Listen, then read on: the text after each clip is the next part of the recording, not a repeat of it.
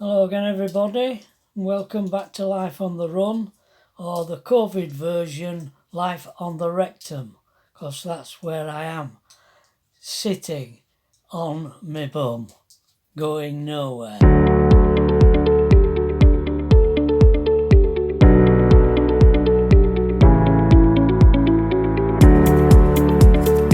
Yeah, what I wanted to do today was just talk about the heating system in our motorhome. I don't know other people use their heating systems, but I just thought I'd tell you how we use ours.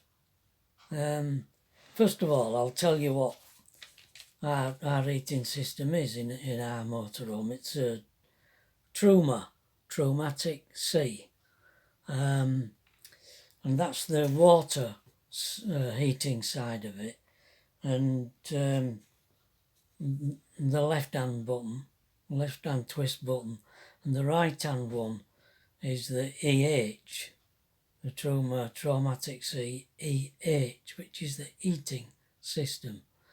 And we tend to do it a bit differently depending on whether we're on a site with hookup or not.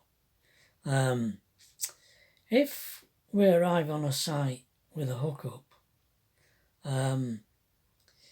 the main control panel is set at the same temperature all the time. We set it at 21 degrees, and when we arrive you have to turn the two bottom left hand buttons on, which is the water and the heating system. It won't operate until you put those two buttons on the main control panel. When we arrive we put the water pump on and the lighting on, obviously, but we also put those two bottom left hand buttons on, which is the heating and the water heating, and then that is automatically set at 21 degrees centigrade for the temperature control. So that heats the motorhome up to that temperature. When we're on a site with a hookup, we tend to put it on gas and electricity. That's the right hand button. Turn it down to both gas and electricity. And the left hand button, it has an interior button, which is the up from 90 to 9, and that controls the temperature, and that's usually set at about 6.5 in order to maintain a temperature of 21 degrees in the motorhome. And when we arrive, we set it on both the left-hand one on both water and heating. Leave it for about half an hour and then just turn it to heating, and usually the water's up to temperature by then.